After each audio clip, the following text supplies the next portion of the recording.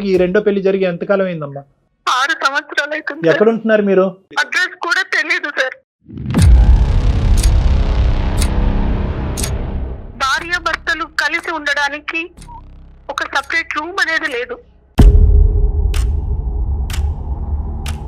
18 సంవత్సరాలలో నాకు 14వ సంవత్సరంలో నేను ప్రెగ్నెంట్ అయ్యాను మేడం.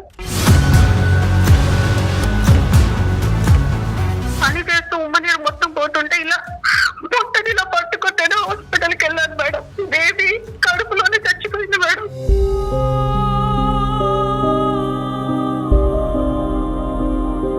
కనీసం మా బిడ్డను కూడా చూసుకోలేదు నేను. ఆ బేబీ చనిపోయి పడితే నేను కోమాలోకి వెళ్ళిపోయాను.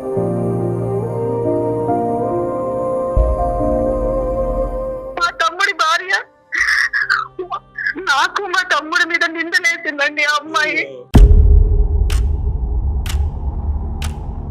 ఈయన పెళ్లి చేసుకున్న 4 నెలలకి నాకు చెప్పేశాడు, నాకు ఇంట్లో పని మనిషి కోసమని నేను నిన్ను పెళ్లి చేసుకున్నానని. మీ 18 సంవత్సరాల పాటు మీరు ఆ కుటుంబంలో నరకను అనుభవించినప్పుడు ఏ సొసైటీ వచ్చి ఏ సమాజం వచ్చి మిమ్మల్ని కాపాడిందమ్మా? ఆ నిర్ణయాన్ని మీ తమ్ముడితో డిస్కస్ చేసి ముందుకెళ్ళినట్లయితే ఈ రోజు అతని సపోర్ట్ ఉండేదేమోనండి. నువ్వు భయపడటం కాదు, నువ్వు అతన్ని భయపెట్టాలి. తాకట్టులో ఉన్న బంగారాన్ని విడిపించి ఆ రోజు ఆన్లైన్ రేటుకే మేము కొంటాం. Sharma gold company. నమస్తే కళ్యాణ్ గారు. నమస్తే జయ గారు. నమస్తే కళ్యాణ్ గారు, విజయవాడ నుంచి ఒక మెయిల్ ఉందండి, నేను చూశాను. అమ్మాయి పేరు శాంతిప్రియ. కష్టాలు ఒక మనిషిని ఇలా వెంటాడతాయా అని అంటానికి తను రాసిన ఆ మెయిల్లో ఉన్న విషయం చూస్తుంటేనే అర్థమైపోయిందండి. ఏజ్ గ్రూపు మేబీ 40-41 అట్లా ఉండుండొచ్చు. అంత తన మెచ్యూరిటీ కానీ తను మాట్లాడిన పద్ధతిని బట్టి నాకు అట్లా అనిపించింది. కళ్యాణ్ గారు, హలో శాంతిప్రియ గారండి? అవును మేడం, నేను జయానండి, అందమైన జీవితం ప్రోగ్రామ్ నుంచి మాట్లాడుతున్నాను, సుమన్ టీవీ నుండి. స్టూడియోలో డాక్టర్ కళ్యాణ్ చక్రవర్తి గారు కూడా ఉన్నారు, ఒక్కసారి మాట్లాడండి. నమస్కారం డాక్టర్ గారు. నమస్తే అమ్మా శాంతిప్రియ. నమస్తే అమ్మా. మాది విజయవాడ. నాకు మ్యారేజ్ అయి 18 ఇయర్స్ అయింది సార్. ఓకే. ఫస్ట్ మ్యారేజ్ అయి 18 ఇయర్స్ అయింది. First marriage. చాలా పెద్ద కుటుంబం, ఉమ్మడి కుటుంబంలోకి ఇచ్చారు నన్ను. భార్య భర్తలు అని అంటే అనురాగం, మమకారం ఇలాంటివి ఉంటాయి, కానీ నా జీవితంలో లేవు సార్. భార్య భర్తలు కలిసి ఉండడానికి ఒక సపరేట్ రూమ్ అనేది లేదు. మేమిద్దరం కలిసి ఈ 18 సంవత్సరాలలో ఒక్క సినిమా చూసింది కూడా లేదు సార్. అత్తగారింటి నుంచి సపోర్ట్ లేదు. తల్లి గారింటికి వెళ్ళి బాధ చెప్పుకుందామంటే అక్కడ వాళ్ళు కూడా నాకు శత్రువులు అయిపోయారు.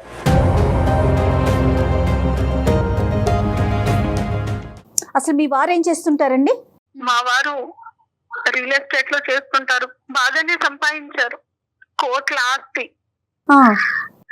ఆడపడుచులు మరిది కూడా ఉన్నారు. Okay okay. ఆస్తి పాస్తులు, పెద్ద కుటుంబం అన్నారు, ఉమ్మడి కుటుంబం అన్నారు, ఎక్కడ సమస్య వచ్చింది? సమస్య ఎక్కడి నుంచి వచ్చిందంటే, నేను ఒక మంచి చీర కట్టుకొని మంచిగా రెడీ అయినా మా మరిది మా వారితో అనేవారు, చూడు ఎలా రెడీ అయింది, ఎవరి కోసం రెడీ అయింది అడుగు. ఆయనలో లేని అనుమానాన్ని రేకెత్తించడం. ఓకే. కలిసి మాట్లాడుకునే టైం ఉండదు మేడం. తన నుంచి సాయంత్రం వరకు చాకిరీ చేయడమే, వండి పెట్టడం. అంటే మాకంటూ ఒక ప్రైవసీ లేదు, ఒక రూమ్ లో కూర్చొని మాట్లాడుకునేది లేదు. 18 సంవత్సరాలలో నాకు 14వ సంవత్సరంలో నేను ప్రెగ్నెంట్ అయ్యాను మేడం. 14 సంవత్సరాలకి నేను ప్రెగ్నెంట్ అయితే నన్ను ఎలా చూసుకోవాలి మేడం ఆయన? 14 years ఆఫ్టర్ మ్యారేజ్ అంటే మనిషిలా కూడా చూసేవాళ్ళు కాదు. ఆ ప్రెగ్నెన్సీలో నాకు షుగర్ కూడా అటాక్ అయింది. ఓకే. నన్ను తీసుకొని హాస్పిటల్ కి వెళ్లే వాళ్ళు కూడా కాదు. అంత పెద్ద ఉమ్మడి కుటుంబంలో నాకంటూ నా కష్టాన్ని చెప్పుకోవడానికి ఒక్కరంటే ఒక్కరు కూడా ఉండేవాళ్ళు. అంటే శాంతి గారు, అటువైపు నుంచి ఉన్న రీజన్స్ ఏమై ఉండొచ్చు? ఒక అన్నయ్య, ఒక అక్క, తమ్ముడు కూడా ఉన్నాడు. ఓకే. అన్నయ్యకు తన భార్య లోకం, తను ఏం చెబితే అది. ఓకే. నాకు సపోర్ట్ గా బేబీకి డెలివరీ అన్నప్పుడు నాకు పని చేస్తూ ఉమ్మనీరు మొత్తం పోతుంటే ఇలా పొట్టని ఇలా పట్టుకుంటేనే హాస్పిటల్కి వెళ్ళాను మేడం.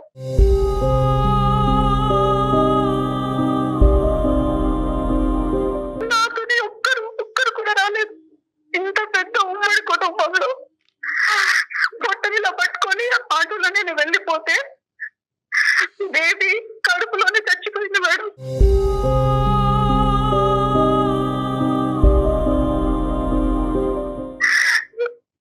నాతో ఎవరు లేరు, కనీసం మా బిడ్డను కూడా చూసుకోలేదు. నేను ఆ బేబీ చనిపోయి పడితే నేను కోమాలోకి వెళ్ళిపోయాను.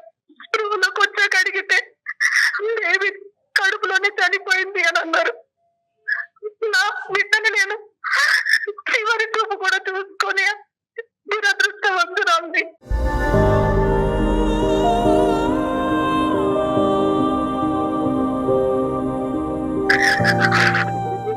అమ్మ అన్న పిలుపుకు కూడా దూరం అయిపోయాను నేను. నా బిడ్డ కోసమైనా బ్రతుకుదాం అనుకున్నాను మేడం. నాకు ఆ అదృష్టం కూడా లేకుండా చేశాడా దేవుడు. అంటే డిలే అయిందమ్మా, అంటే డెలివరీ టైంకి అంటే మీరు హాస్పిటల్కి వెళ్ళటం వల్ల లేట్ అయ్యిందా? ఎవరు సపోర్ట్ లేరు అప్పుడు నీకు? ఎవరు కొద్దిగా ఎవరైనా తొందరగా స్పందించి మీరు కొద్దిగా ముందుగానే హాస్పిటల్కి వెళ్ళి ఉంటే బిడ్డ బతుకుండేదా?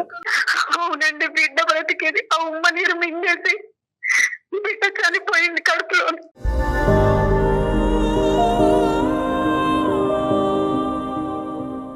అమ్మ డయాబెటిక్ అన్నారు కదా, అది కంట్రోల్లో ఉందమ్మా ఆ టైం అప్పుడు? పోనీ షుగర్కి సంబంధించినటువంటి ట్రీట్మెంట్ అన్నదా సవ్యంగా జరిగిందా? లేదు సార్. ప్రెగ్నెన్సీలో డయాబెటిక్ అయితే కనుక చాలా స్పెషల్ కేర్ తీసుకోవాలి. Pregnancy it self is a burden for a women అమ్మా. అంటే ఫిజియలాజికల్ గా మెంటల్ గా ఒక బర్డెన్. ఆ టైంలో ఆ అమ్మాయికి మోరల్ సపోర్ట్ లేదు, ఇమోషనల్ సపోర్ట్ లేదు. దానికి తోడు ఈ అమ్మాయి దురదృష్టం 14 years తర్వాత ప్రెగ్నెంట్ అవటము, ఫిజికల్ ప్రాబ్లమ్స్ రావటం, ఉమ్మనీరు బేబీ తాగటం, డయాబెటిక్.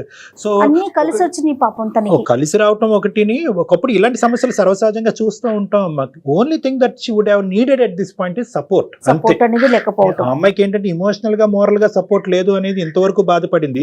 ఫిజికల్ గా తనకి శారీరపరంగా ఒక సమస్య వచ్చి తన జీవితం అనేది, ఆ బిడ్డ జీవితం ఒక రిస్క్ లో పడినప్పుడు కూడా ఎవరు ముందుకు రాలేదు. ఇట్లా నాకు అయినాక కూడా మా వారు కనీసం ఎలా ఉంది, ఓ పర్లేదు మళ్ళీ మనకు పిల్లలు పుడతారు అన్న సపోర్ట్ కూడా లేదు మేడం. మోరల్ సపోర్ట్ ఎప్పుడు లేదమ్మా. అంటే నువ్వు ఎవరు లేరు, నువ్వు నా జీవితానికి పట్టిన శనివి, ఇంకా నువ్వు నాకు బిడ్డల్ని కూడా ఇవ్వలేదు అన్నట్టుగా. నువ్వు ప్రెగ్నెంట్ అవటం అన్నది అసలు అతనికి ఇష్టమేనా అమ్మా? అంటే 14 సంవత్సరాల తర్వాత నువ్వు ప్రెగ్నెన్సీ వచ్చింది, గర్భం దాల్చావని చెప్పి నీకు ఎంత ఆనందం ఉందో అందులో కొంతవరకైనా అతనికి లేదు. ఆయనకు ఎంతసేపు ఆయన బిజినెస్, ఆయన ఫ్యామిలీ, ఆయన చెల్లెళ్ళు, ఆయన తమ్ముడు, ఇదే ఆయనకు లోకం. సో ఇంట్లో ఒక పని చేయడానికి ఒక ఆడది అంతే. ఆ ఇంట్లో పని మనిషిగా చూస్తున్నారు, మీకంటూ ఒక స్వేచ్ఛ పెట్టడానికి. కానీ ఇంతకంటే విచిత్రం ఏంటంటేనమ్మా, ఒకటి శాంతి, ఓకే అత్తింటి వాళ్ళు ఇలా ప్రవర్తిస్తారని చాలా సందర్భాల్లో చూసాం. కానీ ఇప్పుడు 1 సంవత్సరం 2 సంవత్సరాల పాటు సర్దుకుపోవమ్మా, సమస్యలు సద్దుమనుగా అవుతాయి. అత్తింట్లో ఇలాంటి అలాగే చెప్పేవారండి. అమ్మగారు సర్దుకుపోమ్మా, చదువుకోవటం మా పరువు పోతుంది. నాన్నగారు అనేవారు, వెనక్కి వచ్చేసేయమ్మా, నేను నిన్ను చూసుకుంటాను, వెనక్కి వచ్చేసేయమ్మా అని. ఆయన మారకపోతాడా, నా ప్రేమను అర్థం చేసుకోలేకపోతాడా, ఆయనకు మారకపోతాడా అని ఇంకా నా వల్ల కాలేదు. నాన్నగారు కూడా మొత్తం మంచాన పట్టేసి నా మీద రందితో బాధతో ఆయన మంచాన పడితే ఇంకా నేనుండి ఒక్కసారి చివరి చూపు కన్నా వెళ్ళేసి వస్తాను అని ఎంత బతిలాన్నా కూడా పంపించలేదండి.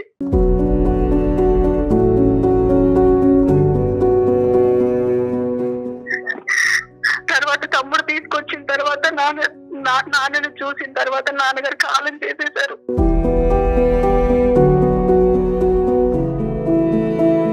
తమ్ముడు ఇంకా పంపించలేక, నీ ఆరోగ్యాన్ని నేను చూసుకుంటాను, నీకు నేను ట్రీట్మెంట్ ఇప్పిస్తానని సైక్రియాటిస్ట్ దగ్గర తీసుకుని ట్రీట్మెంట్ కూడా ఇప్పించారండి. సో నాన్నగారు చనిపోయినప్పటి నుంచి ఇంక ఇంట్లో ఉండిపోయారు మీరు, మీ పుట్టింట్లో? అమ్మగారితో పాటు అమ్మ, నేను, మా తమ్ముడు మమ్మల్ని తీసుకెళ్లి సపరేట్ రూమ్ తీసుకొని అక్కడ ఉంచారండి. ఇక్కడ దేవుడు కూడా చిన్న చూపు చూసాడండి. అయ్యో. మా తమ్ముడి భార్య మమ్మల్ని చూసుకుంటున్నారన్న కక్షతో సమాజంలో నాకు మా తమ్ముడి మీద నిందలేసిందండి ఆ అమ్మాయి. ఏం కర్మమ్మ ఇది? నా మీద మా తమ్ముడి మీద నిందలేస్తే ఆ విషయం కూడా నాకు తెలియలేదండి. ఈ మధ్యలో అమ్మగారు కూడా కాలం చేసేసారు. మా ఇంటి ఓనర్ వచ్చి, ఇలా మీ తమ్ముడు రావద్దమ్మా, ఇలా మీకేదో జరుగుతుందంట అంటే నేను ఏమైపోవాలండి?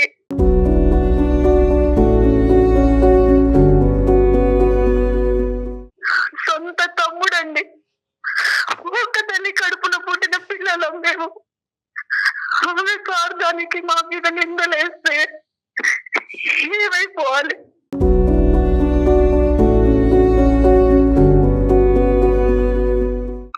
అమ్మ ఉన్న ఇంట్లో నేను 1.5 years ఉన్నాను సార్.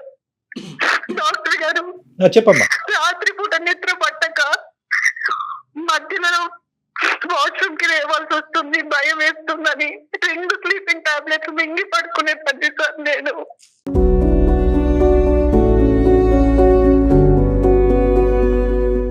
మరి తమ్ముడు ఇప్పుడు నీతోనే ఉన్నాడమ్మా? తమ్ముడు నీకు సపోర్టివ్ గానే ఉన్నాడా? తమ్ముడు కాంటాక్ట్ లో లేడు, వాడికి నేను దూరంగా వచ్చేసాను నేను. అవన్నీ అంటే ఇట్లా నిందలు పడుతున్నాయని తెలిసి మధ్యలో ఒక సంబంధం వస్తే 2వ పెళ్లి చేసుకొని వచ్చేసాను సార్. అతను అనవసరంగా నీ వల్ల అతని జీవితం పాడవుతుందని చెప్పి అతని దగ్గర నుంచి కూడా దూరంగా వచ్చి. అనేసి అవును సార్, వాడికి 2 ఆడపిల్లలు సార్. వాళ్ళ జీవితం మీద కూడా మర్చిపడుద్ది కదా సార్. అదేనమ్మా, నాకు అర్థమైంది. సో ఫైనల్ గా ఏంటంటే ఎవరికి నేను భారం అవ్వకూడదు, నా వల్ల ఎవరికి కష్టం రాకూడదు అని చెప్పి అటువైపు అత్తింటి నుంచి ఇటువైపు పుట్టింటి నుంచి దూరంగా వచ్చి ఒంటరిగా టైలరింగ్ చేసుకుంటూ బతుకుతున్నాం. అవును సార్. అప్పుడు ఈ వ్యక్తి ఎలా పరిచయం అయ్యారమ్మా? ఎవరో వచ్చారు పెళ్లి చేసుకున్నారని అంటున్నారు కదా, అతను ఎవరు, ఎక్కడి నుంచి వచ్చాడు, ఎలా పరిచయం అయ్యాడు? నేను గ్రాడ్యుయేషన్ చేశాను సార్, ట్యూషన్స్ చెప్పేదాన్ని నేను. సో ఆ ట్యూషన్ లో ఒక అబ్బాయి వచ్చి, మేడం ఇట్లా ఒకరు ఉన్నారు మేడం, మ్యారేజ్ చేసుకుంటా అంటున్నారు, బాగా వెల్ సెటిల్డ్ అన్నప్పుడు నేను మాట్లాడానండి. ఇది నా జీవితం, నేను మళ్ళీ చేసుకోవాలంటే నాకు చాలా ధైర్యం కావాలి, ఎంత నేను అనుభవించేశాను అని అంటే, లేదు నన్ను చేసుకుంటూ సుఖపడతావు, నీకు మంచి జీవితం ఇస్తానని నమ్మించాడండి. అతని ఫ్యామిలీ బ్యాక్గ్రౌండ్ ఏంటమ్మా? అతనికి పెళ్లి అయిందా? అతని వయసు ఎంత? పెళ్ళయింది, ఆయనకి 2 పిల్లలు సార్. పెళ్లికి వచ్చిన పిల్లలు ఉన్నారు. భార్య ఏమైంది? భార్య చనిపోయింది సార్. చనిపోయింది. కేవలం ఈ స్టూడెంట్ పరిచయం ద్వారా ఏర్పడినటువంటి ఒక పరిచయం. అవును సార్. ఇంకా మీరు ఇంకేమీ వాకప్ చేయలేదు. అతను ఎవరు, నిజం భార్య ఎటువంటి పరిస్థితుల్లో చనిపోయింది, చాలా ఇంపార్టెంట్ ఫ్యాక్టర్. ఏది వాకప్ చేయలేదు సార్. నా తమ్ముడైనా సంతోషంగా ఉండాలి, నా దగ్గరికి ఇంకా రావద్దు, వాడైనా వాడు ఫ్యామిలీతో బాగుండాలని నేను ఈ పెళ్లి చేసుకుని వచ్చేసాను. ఈ పెళ్లి చేసుకోవడం ఎలా అంటే జనంలో నుంచి కుంపట్లో పడ్డట్టు అయిందండి. అర్థమవుతోందండి, అర్థమవుతుంది. ఎదిగిన పిల్లలు, ఈయన పెళ్లి చేసుకున్న 4 నెలలకి నాకు చెప్పేశాడు, నాకు ఇంట్లో పని మనిషి కోసం అని నేను పెళ్లి చేసుకున్నానని.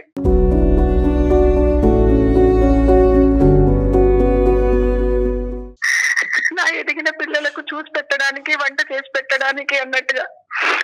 అక్కడి పరిస్థితి కంటే ఇక్కడ ఇంకా దారుణం సార్. పంజరంలో చిలకలాగా ఇంకా దాన్ని మాటలతోని పొడవడం. ఒక్క నిమిషం శాంతి, నువ్వు ఇప్పుడు వరకు వేరే వాళ్ళు లేదంటే నీ దురదృష్టం వల్ల ఒక అడుగు, ఇప్పుడు నీ చేతులారా ఇంకో అడుగు వేసి ఇంకా భయానకమైనటువంటి పరిస్థితిలో నువ్వు తీసుకెళ్ళి. డైవర్స్ అయిందమ్మా? ఫస్ట్ మ్యారేజ్ డైవర్స్ అయిందా? అయ్యింది సార్, ఫస్ట్ మ్యారేజ్ డైవర్స్ అయింది. ఇది ఇంకా నరక కూపం అండి. ఎదిగిన పిల్లలు ఉన్న వాళ్ళని పెళ్లి చేసుకోకూడదని అనిపించిందండి. ఆ పిల్లలు కూడా సూటిపోటి మాటలు అనడం, అక్కడే ఉండాలి, ఎవరితో మాట్లాడొద్దు, మాట్లాడితే ఆ రోజు ఇంకా నాకు ఒక విధమైన నరకాన్ని చూపిస్తారు. అమ్మా పెద్దల సమక్షంలో జరిగిందా? అతని వైపు ఎవరన్నా పెద్దవాళ్ళు అది ఉన్నారమ్మా? అమ్మ మీ హస్బెండ్ సైడ్? సెకండ్ లేదు సార్, గుళ్ళో జరిగింది. నా వైపు నుంచి నేను ఎవరిని పిలవలేదు సార్. అతని సైడ్ నుంచి అమ్మా? అతని సైడ్ నుంచి అతని పిల్లలు ఉంటాడండి. అంతే అంటే ఏదో తొందరలో కదమ్మా, ఏదో కారణం ఉంటది. ఎందుకు చేసుకున్నావు? తమ్ముడు అన్న తన ఫ్యామిలీతో బాగుంటాడు, 2 ఆడపిల్లల జీవితాలు బాగుంటాయని. ఇది ఇంకా ఎందుకంటే తమ్ముడికి ఇచ్చి చేసింది ఎవరినో కాదు సార్, మా అక్కయ్య కూతుర్ని సార్, మా అక్కయ్య కూతుర్ని.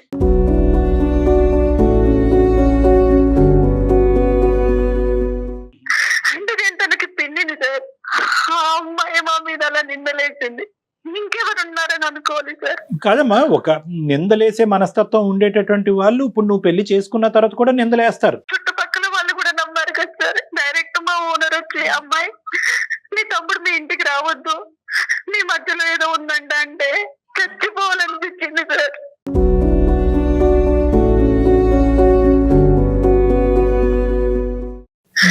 నిజంగా అమ్మ, ఒక నిందేసేటటువంటి పరిస్థితి వచ్చినప్పుడు దానికి మీరు ఎంచుకున్నటువంటి పరిష్కారం మాత్రం తొందరపాటు పరిష్కారం, అది నేను చెప్పాలి అని అనుకుంటున్నాను. అవును సార్. నిందేసేటటువంటి ఎవరో నిందేయలేదు, సొంత మీ అక్క కూతురే, అంటే మీ కుటుంబ సభ్యుల్లోనే ఒక నిందేసినప్పుడు, అంటే మీ కుటుంబం గురించి బాగా తెలిసి చూసినటువంటి ఒక వ్యక్తే ఇలా నిందేసినప్పుడు వాళ్ళ యొక్క ఇంగితం ఏంటి, వాళ్ళ యొక్క ఆలోచన శైలి ఏంటి అన్నది మనకు అర్థం అవుతుంది.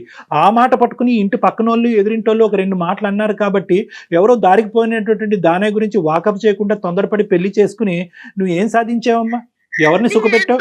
నీ బ్రదర్ని సుఖపెడదాం అనేటటువంటి ఒకే ఒక ఉద్దేశంతో, అతని మీద నిందపడకూడదు, అతని కాపురం చెడిపోకూడదు అనే ఒక ఉద్దేశంతో చేసుకున్నటువంటి ఈ పెళ్లి నీ బ్రదర్కి భారం అయిందా, భారం తగ్గిందా? భారం ఎక్కువైంది. ఇప్పుడు ఈ రోజు ఏంటంటే మీకొక్కరి దానికే కాదు, అంత పెద్ద మనసు ఉన్నటువంటి మీ బ్రదర్కి కూడా ఈ రోజు కౌన్సిలింగ్ చేయాలనేటటువంటి పరిస్థితి వచ్చింది. ఆ పెళ్లిలోంచే 18 సంవత్సరాలు పట్టింది మిమ్మల్ని బయట వేయటానికి. మీ కుటుంబ సభ్యులు ఎవరు సపోర్ట్ చేయకపోయినా ఒంటి చేతి మీద బయటకు తీసుకొచ్చి కాపాడాడు. ఎందుకు కాపాడాడు? ఆ నరకంలో కాకుండా నీ మటుకు నువ్వు ఒంటరిగా నువ్వు బతకచ్చు, నువ్వు బతికినంత కాలం నేను నీకు సపోర్ట్ ఇస్తాను అనేటటువంటి విధంగా నిన్ను బయటకు తీసుకొచ్చాడు. బయటకు తీసుకొచ్చిన తర్వాత ఏం చేశాడు అతను వెనకాతలు ఎవరు ఏమో వాళ్ళ భార్య ఇంకోటి అనుకుంటుందా, ఎవరో ఏమనుకుంటున్నారా అనేటటువంటి పట్టింపు అతనికి లేదు. నువ్వు పట్టించుకోవటం మొదలుపెట్టావు. ఇదేంట్రా తమ్ముడు, నీ జీవితం నాశనం అయిపోతుంది, నేను ఇంకో పెళ్లి చేసుకుంటానని చెప్పి ఈ రోజు ఇంకా భయంకరమైనటువంటి చిక్కుముడి మీ బ్రదర్ కూడా తయారు చేసినటువంటి పరిస్థితి అయింది. ఇంట్లో నుంచి అడుగు బయట పెడితే కాకులాగా పొడుచుకు తిన్నారు సార్. ఇప్పుడు నువ్వు చెప్పేటటువంటి మాటలు Shanti, that is the reality of the society. ఇప్పుడు సొసైటీ బట్టి నేను బతకాలి అని అనుకుంటే కనుక నువ్వు బ్రతకలేవు. సొసైటీ ఇలా అనుకుంటుంది, అలా అనుకుంటుంది, వాళ్ళ నోర్లు ఇలా మూయించాలి, వీళ్ళ నోర్లు ఇలా మూయించాలి అనేటటువంటి పద్ధతిలో మీరు ముందుకెళ్తే, వీళ్ళు నోర్లు మూయించేటటువంటి పనిలో మీరేంటంటే తప్పు మీద తప్పు చేసుకుంటూ పోతూ ఇంకా ఊబిలో కూరిపోతారు. ఇప్పుడు మీ పరిస్థితి అలాగే అయింది. 18 సంవత్సరాల పాటు మీరు ఆ కుటుంబంలో నరకను అనుభవించినప్పుడు ఏ సొసైటీ వచ్చి, ఏ సమాజం వచ్చి మిమ్మల్ని కాపాడిందమ్మా? మీ సొంత రాలేదు, మీ సొంత తల్లిదండ్రులే రాలేదు, మీ కుటుంబ సభ్యులే రాలేదు. మనసున్న మహారాజు లాగా మీ తమ్ముడు ఒక్కడు కాపాడకపోతే కనుక మీరు ఈ రోజు ఆ ఇంట్లోనే అక్కడే చనిపోయి ఉండేవారేమో మీరు. కానీ నా జీవితంలో సంతోషం అనేది వస్తుంది అని మా తమ్ముడు నాకు చాలా ధైర్యం ఇచ్చాడు సార్. ఎస్ ఇప్పుడు ఆ తమ్ముడు తను కూడా నేను మాట్లాడట్లేదు.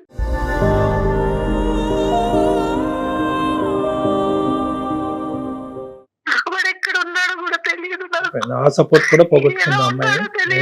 బాధపడాలా, కోప్పడాలా, ఏంటో అది అర్థం.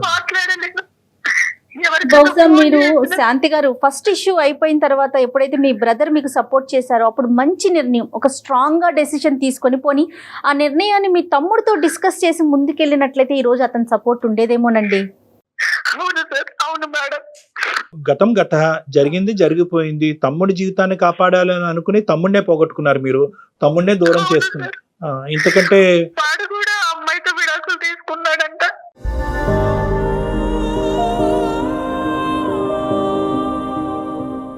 అయిపోయింది అక్కడ కూడా అయిపోయింది. మీరు పెళ్లి చేసుకున్నా అమ్మాయి విడాకులు ఇచ్చుండేది, పెళ్లి చేసుకోకపోయినా అమ్మాయి విడాకులు ఇచ్చుండేది. ఎందుకంటే ఆ అమ్మాయి మైండ్ ఆల్రెడీ పొల్యూట్ అయిపోయింది కాబట్టి. అలాంటి అమ్మాయి మనసులోంచి ఈ భావాన్ని తీసేయటం గురించి మీరు ఒక పెద్ద తప్పు చేశారు. అది ఇక్కడ అన్నిటికంటే బాధ కలిగింది. అంటే తన పెళ్ళే పరిష్కారం అనుకున్నారు శాంతి గారు కదమ్మా. ఇప్పుడున్న పరిస్థితుల్లో ఇంకో నరకంలోకి వచ్చావు. మళ్ళీ ఇక్కడ నువ్వు ఇంకో పనమ్మాయి లాగే ట్రీట్ చేసేటటువంటి ఇంకో కుటుంబం. అక్కడైతే కనుక అట్లీస్ట్ ఉమ్మడి కుటుంబం, ఒకరితో కాకపోతే ఒకరితో చెప్పుకునే దిక్కు మొక్కు ఉండేది. ఇక్కడ ఎవరూ లేరు, అంతా ఒక సైన్యం లాగా ఇటువైపు పిల్లలు, భర్త అందరు కలిపి నిన్ను చంపుకు తింటున్నారు. ఏంటమ్మా పరిస్థితి? ఏంటి పరిస్థితి? ఎన్ని రోజులు అయింది పెళ్లి చేసుకుని? పెళ్లి జరిగి ఈ రెండో పెళ్లి జరిగి ఎంతకాలం అయిందమ్మా? 6 సంవత్సరాలు. ఎక్కడ ఉంటున్నారు మీరు? కరెక్ట్ గా అడ్రస్ కూడా తెలియదు. సూర్యాపేట నుంచి ఎక్కడో లోపలికి. ఏంటమ్మా? సూర్యాపేట నుంచి చాలా లోపలికి రావాలి సార్. నువ్వు ఎక్కడున్నావు కూడా నీకు తెలియదమ్మా? అడ్రస్ కూడా తెలియదు సార్. నాకు షుగర్ కదా సార్, ఇంట్లో పని చేస్తూ నాకు బొటన వేలు ఇట్లా పాడైపోయి మొత్తం వేలంతా పాడైపోయినా నన్ను హాస్పిటల్ తీసుకెళ్ళలేదు సార్. నువ్వే ఒక దండగా అంటే నీకు ఇంకా ట్రీట్మెంట్ కూడా అంటాడు ఆయన.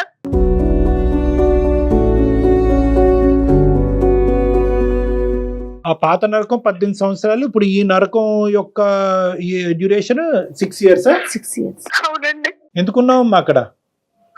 స్ట్రైట్ క్వశ్చన్, ఎందుకున్నావు అక్కడ? ఎలా బయటకు రావాలమ్మా? మీ ఇంటికి తలుపు ఉంది కదా, బయటికి రా. వాళ్ళు బయటికి వెళ్ళినా లాక్ చేసుకొని వెళ్ళిపోతారు. మా ఇంట్లో కనీసం పని మనిషి కూడా రాదండి.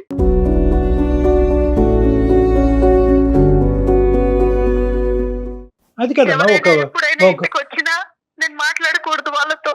ఇప్పుడు అర్థమైంది కదా ఆ ఇంట్లో ఇంకో స్త్రీ ఎలా చనిపోయింది అన్నది.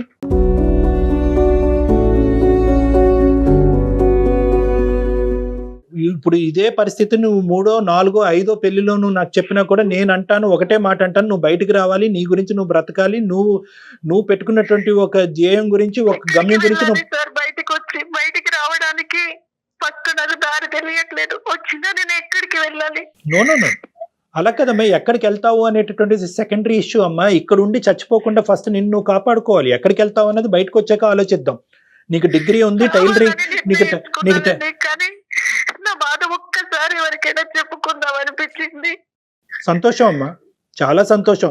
ఈ రోజు వాళ్ళు బయటకు వెళ్ళినప్పుడు మాకు ఎలాగైతే ఫోన్ చేసావో, నీకు బోల్డ్ అంత లీగల్ సిస్టమ్ సపోర్ట్ ఉంది. నువ్వు ఎలా అయితే మాకు ఫోన్ చేసావో అలాగే నువ్వు 100కి ఫోన్ చేయి, పోలీసులకు ఫోన్ చేయి. ఇలా నేను నరకయాతను అనిపిస్తున్నాను, ఇక్కడ బంధించి పెట్టారు, నన్ను ఒక జైల్లో పెట్టారు, నన్ను ఇలా నేను ఒకసారి 100కి డైల్ చేశాను, అది అంతకన్నా నరకం చూపించాడు ఆయన వచ్చి. సొసైటీలో నాకంటూ ఒక పేరుంది, నువ్వు ఏదైనా అనుకుంటే జరిగిపోదని, నన్ను దాటి ఏ విషయం వెళ్ళలేదు అని. ఎటొచ్చి ఏంటంటే మీరేమనుకున్నారు అంటే కనుక మీరు ఇంకా ఆ గిల్ట్లోనే ఉండిపోయారు. అరే తొందరపడి పెళ్లి చేసుకున్నాను, రెండో పెళ్లి, మొదటి పెళ్లిలో బ్రదర్ వచ్చి కాపాడాడు, ఈ పెళ్లిలోంచి కూడా ఇంకోళ్ళు ఎవరో వచ్చి కాపాడతారని మీరు వెయిట్ చేస్తున్నారేమో, ఎవరు రారు. ఇది మీకు మీరుగా తీసుకోవాల్సినటువంటి నిర్ణయం. మీరు గట్టిగా అనుకుంటే కనుక ఎల్లకాలం అలా బందికానాలాగా వాళ్ళు ఉంచేటటువంటి అవకాశం లేదు. మీరు ఒక అవకాశం చూసుకుని స్ట్రైట్ అవే బయటకు రండి. ఫస్ట్ ఆఫ్ ఆల్ ఏంటంటేనమ్మా, మీరు ఎక్కడ ఏ తలుపు ఏ డోర్ నాక్ చేసి హెల్ప్ తీసుకోవాలనేటువంటి ఫస్ట్ మీకు అర్థం అవ్వాలి. ఇంకా ప్రపంచం అంత గుడ్డిబారిపోలేదమ్మా, ఇంకా సమాజంలో లా ఉంది, మీకు హెల్ప్ చేసేటటువంటి ఎన్జిఓ ఆర్గనైజేషన్స్ ఉన్నాయి, సామాజిక పరమైనటువంటి సోషల్ ఆర్గనైజేషన్స్ ఉన్నాయి, స్త్రీలకు సపోర్టివ్గా లీగల్ సిస్టమ్ ఉంది. అటువంటి తలుపులు తట్టడం అనేటటువంటిది మీరు ఒక ఆలోచన కింద పెట్టుకోవాలి. మీరు ఇంకా సెంటిమెంట్స్లోని గిల్ట్లోనే ఉండిపోతున్నారు. పెళ్ళి అయ్యింది, పిల్లలు ఉన్నారు, రెండో పెళ్ళి, తప్పు విధంగా వచ్చి నేను పెళ్లి చేసుకున్నాను కాబట్టి ఈ రోజు కాకపోతే రేపైనా కూడా ఇక్కడ మారిపోతారు, నన్ను పని మనిషిలా చూడకుండా ఒక మనిషిలా చూస్తారు అనేటటువంటి ఒక హోప్తో, ఒక పనికిరాని హోప్తో ఎక్కడైతే కూరుకుపోతున్నారో అక్కడే ఇంకా కూరుకుపోతున్నారు. ఇది మీరు ఇందులోంచి అంటే 6 సంవత్సరాలు అయిపోయింది, మళ్ళీ ఇందులో 6 సంవత్సరాలు అయిపోయింది. ఇప్పుడు ఏమనుకుంటారంటే అరే ఆల్రెడీ 6 years అయింది కదా, ఇంకెక్కడికి వెళ్తానులే, ఇంకా అంతా అయిపోయింది, తమ్ముడు లేడు, ఎవరు లేరు, ఇక్కడే చచ్చిపోతానని అనుకుంటున్నారు. అది కరెక్ట్ కాదు. మీ గురించి మీరు బ్రతకాలి, ఒక స్వేచ్ఛాయుతమైనటువంటి జీవితాన్ని మీరు బతకాలి. మీ జీవితం మీద మీకు నమ్మకం రావాలి. నాకు ఇంకో భయం కూడా ఉంది డాక్టర్ గారు, బయటికి వచ్చాక ఈయన నన్ను బతకనిస్తాడా, ఈయన గురించి నేను చెడుగా చెప్తే అమ్మా, నువ్వు ఎలాగైతే భయపడుతున్నాడో ఆ మనిషిలో కూడా ఒక భయం అన్నది ఉంటుంది. ఆ మనిషిలో భయం పుట్టించాలి మీరు, ఆ మనిషిలో భయం పుట్టించాలి. మీరు నొక్కవలసినటువంటి బటన్ నొక్కట్లేదు కాబట్టి అతను ఇలా పబ్బాన్ని గడుపుతున్నాడు. ఒక స్త్రీ ఎలాగైతే కనుక ఇతను బాధ తట్టుకోలేక చచ్చిపోయిందో, నువ్వు కూడా అలా బాధ తట్టుకోలేక ఇలా క్షీణించబడి అలా చచ్చిపోతావు అనేటటువంటి వెయిటింగ్ గేమ్ అతను ఆడుతున్నాడు. అప్పుడు ఇంకో కొత్త పని మనిషి ఆ ఇంట్లోకి వస్తుంది అనేటటువంటి ఆలోచనతో అతను ఉన్నాడు. ఒక స్వార్థపూరితమైనటువంటి మనిషిలో నువ్వు భయపడటం కాదు, నువ్వు అతన్ని భయపెట్టాలి. ఒక పోరాట పట్టణంతో ముందుకెళ్తేనే ఇలాంటి వాళ్ళకి బుద్ధి వస్తుందమ్మా. వదిలేస్తే మళ్ళీ ఇంకొక వ్యక్తి అదే, ఇప్పుడు డాక్టర్ గారు చెప్పినట్లు అదే ప్లేస్ లో ఉంటారు కదా. అతను ఒకటే కాదమ్మా, అతన్ని చూస్తూ ఇదే జీవన విధాన శైలి అని చెప్పి రాంగ్ ఎగ్జాంపుల్ గా తీసుకునేటటువంటి 2 పిల్లలు ఉన్నారు. వాళ్ళు ఎంత భయంకరమైనటువంటి రాక్షసుల కింద మారుతారో, ఎటువంటి కుటుంబాలని వాళ్ళు రేపొద్దున పెద్ద నాశనం చేస్తారో అనేటటువంటి సమస్య కూడా ఇక్కడ ఉంది. ఇంకొక 100 జీవితాలు నాశనం అవ్వకముందే నువ్వు కథం తొక్కాలమ్మా. ఎంతమ్మా 2 నిమిషాలు, ఇప్పుడు ఈ ఫోన్ పెట్టే కానీ 100కి ఫోన్ చేయి, లేదంటే మమ్మల్ని చేయమంటే మేము చేస్తాం. మీ లొకేషన్, వాట్సాప్ లొకేషన్ మాకు షేర్ చేయండి, మీరు ఎక్కడున్నారో మాకు చెప్పండి, మేము పోలీసులకు అక్కడ పంపిస్తాం. మేము నేను ఫస్ట్ నువ్వు అందులోంచి బయటపడు, విడుదలవు. అలాగే డాక్టర్ గారు. దేవుడు ఇచ్చినటువంటి ఈ జీవితాన్ని కాపాడుకో. నీ కాళ్ళ మీద నువ్వు నిలబడి నువ్వు బయటకు వెళ్ళి సమాజం ఏ లెక్కేస్తుంది అనేది తీసి పక్కన పెట్టేసే. తప్పకుండా డాక్టర్ గారు. ఓకే, తప్పకుండా. All the best. Thank you. Good luck Shanti. Right Shanti గారు, థ్యాంక్ యూ అండి. థ్యాంక్స్ అమ్మా. థ్యాంక్ యూ డాక్టర్ గారు. థ్యాంక్ యూ అమ్మా, all the best. God bless. ఎందుకంటే భయంకరమైంది ఏమైనా ఉందమ్మా? ఏం కళ్యాణ్ గారు, అసలు ఎటుపోతుంది సమాజం? ఎలాంటి ఆలోచనలు, బాబా చిచ్చి చిచ్చి. సమాజం మాట్లాడుకోవటానికి సిగ్గు అనిపిస్తుంది. సమాజం కంటే చూసారమ్మా, ఇక్కడ ఏంటంటే నిజంగా హెల్ప్లెస్నెస్ అనేటటువంటి దానికి ఇది ఒక పర్ఫెక్ట్ ఎగ్జాంపుల్ అన్నమాట. ఇప్పుడు ఆ అమ్మాయి ఏంటంటే కనుక మెయిన్గా బయటికి 2 కారణాల వల్ల బయటపడలేకపోతున్నాం అమ్మ. ఏంటంటే నేను ఆల్రెడీ ఇది 2వ పెళ్లి, ఇది నేను నా చేతులారా తప్పుగా దిగినటువంటి పెళ్లి, అదేదో అందుకే చొల్లి పొయ్యి మించి కుంపట్లో పడినట్టు. సో ఇది ఏంటంటే కష్టం వచ్చినా నష్టం వచ్చినా ఈ నరకాన్ని నేను భరిస్తూ ఈ శ్రేయస్ జీవితం అంతా కూడా ఈ నరకంలోనే గడిపేయాలనేటటువంటి ఒక ఫాల్స్ ఐడియాలో చాలా మంది స్త్రీలు ఉంటారు. అవునండి, ఒక తప్పు జరిగినప్పుడు రెండోది కూడా జరిగితే దాంట్లోనే ఆగిపోతారు. అది నెంబర్ 1. నెంబర్ 2 ఏంటంటే ఇక్కడే ఇంత నరకం చూపెట్టాడు, గడప దాటితే ఏం చేస్తాడు అనేటటువంటి 2వ భయం. వాడు ఏం చేయలేడు, వాడి ఇంట్లో పులి బయట పిల్లి, బయటకి ఏమీ చేయలేడు. ఎటొచ్చి ఏంటంటే ఇలాంటి ఆడవాళ్ళు అలా అనుకునే అమ్మో ఇంకా ఏం చేసేస్తాడు అనేటటువంటి. ఆ అమ్మాయి ఇంకో మాట ఏమంటుంది, నేను బ్రతుకుండి ఎందుకు అనేటటువంటి మనిషికి నీకెందుకు ప్రాణభయం అమ్మా, నువ్వు బయటకు అడిగేయి అనేటటువంటి మనం ధైర్యం ఇవ్వటం. 2 బేసిక్ సొల్యూషన్స్ ఇవి, ఎవరైనా కూడా చెప్పేటటువంటి సొల్యూషన్. ఇటొచ్చి ముఖ్యంగా ఏంటంటే ఈ 2 సొల్యూషన్స్ ఆ అమ్మాయికి ఎందుకు కనిపించట్లేదు అంటే ఆ అమ్మాయి ఒక గిల్ట్ భయం అనేటటువంటి కుంపట్లో ఉండిపోయింది, ఇలా ఉండిపోయింది. ఫస్ట్ లో తమ్ముడు సపోర్ట్ చేశాడు, ఇప్పుడు అతను కూడా లేకపోయేసరికి నేను ఒంటరిని, నాకు ఎవ్వరూ లేరు అనే పాయింట్ తనకి రేజ్ అవుతుంది. మోస్ట్ ఇంపార్టెంట్ ఏంటంటే మళ్ళీ తమ్ముడు లాంటి ఒక మహత్తరమైనటువంటి ఒక మనిషి వచ్చి నన్ను ఇందులోంచి బయటకు లాగుతాడు అనేటటువంటి ఒక అనవసరమైనటువంటి హోప్ లో ఆ అమ్మాయి 6 సంవత్సరాల పాటు గడిపేసింది. తన నెంబర్ మనం తీసుకుందాం మేడం. ఎమర్జెన్సీ నెంబర్స్ అన్ని కూడా అమ్మాయికి మెసేజ్ పెట్టండి మీరు, లేదా కాల్ చేసి చెప్పండి. ఆ కాంటాక్ట్ నెంబర్స్ అన్ని కూడా తనకి హెల్ప్ఫుల్ గా ఈ రోజు కాకపోయినా రేపైనా కూడా అమ్మాయి కాల్ చేసి ఒక అవకాశం తీసుకుని బయటపడుతుంది.